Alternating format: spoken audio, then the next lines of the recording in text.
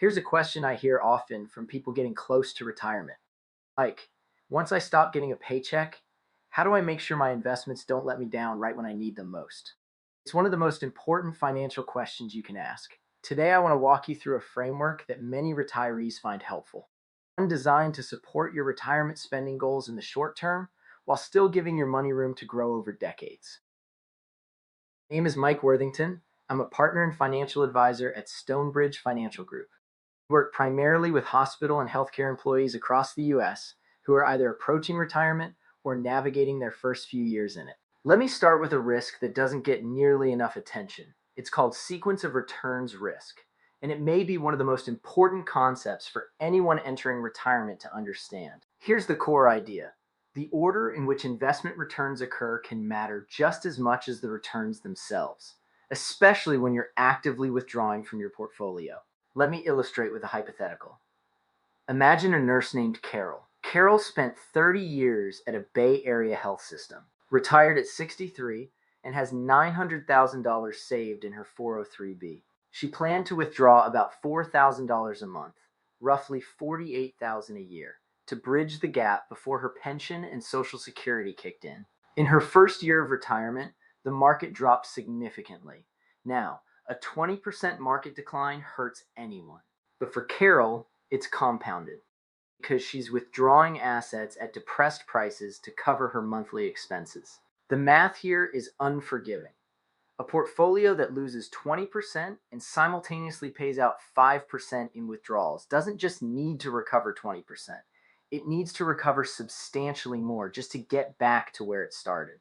And the earlier this happens in retirement, the harder it becomes to recover. This is exactly why a commonly used approach among retirement income planners is to organize your assets by time horizon, rather than managing everything as one pool. At Stonebridge, we often refer to this as the three-bucket framework. The concept is straightforward.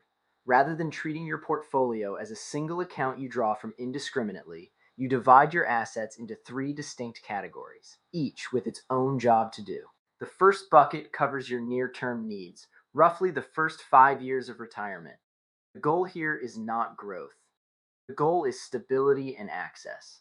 This money should be in assets that are generally intended to preserve principal and provide liquidity. Things like short-duration treasury securities, certificates of deposit, high-yield savings accounts, or fixed annuities designed to protect your principal. Depending on prevailing interest rates, some of these investments may offer yields that are higher now than they offered during the low-rate environment of the early 2020s, which makes this bucket more productive than it would have been in the near-zero rate era of the early 2020s. The second bucket covers roughly years 5 through 15. This one plays a bridging role. It needs to be somewhat conservative, but it also needs to grow enough to replenish the first bucket over time. A balanced approach here might include a mix of intermediate-term bonds, dividend-oriented stock funds, and other income-generating assets. As bucket 1 gets drawn down, the income produced by bucket 2 flows in to refill it, coming from interest, dividends, and distributions. In stronger market years, you may also trim some gains from bucket 3 to top off bucket 2. That brings us to the third bucket, the long-term growth engine. This is money you don't expect to need for at least 15 years. Because of that runway, it can generally carry more risk. Broad equity index funds, real estate investment trusts, and other growth-oriented assets. Here's why 15 years matters as a threshold. Historically, longer investment horizons have generally reduced the likelihood of negative returns for broadly diversified U.S. equity investments, although there is no guarantee this pattern will continue. I want to be clear. Past performance does not guarantee future results, and that pattern could change. It's one reason why many planners use 15 years as a reasonable horizon for money that can be invested more aggressively. One thing I'd add, this is something that surprises some clients.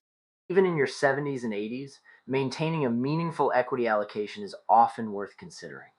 Retirements today can last 30 years or more. A portfolio that becomes too conservative too quickly may struggle to keep pace with inflation over a long time horizon. Depending on an investor's circumstances, some planners suggest keeping a meaningful equity allocation throughout retirement.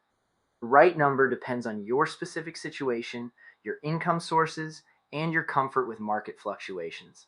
If you're approaching retirement, this kind of framework can be a useful starting point for thinking about how those pieces fit together. It's not a one-size-fits-all solution.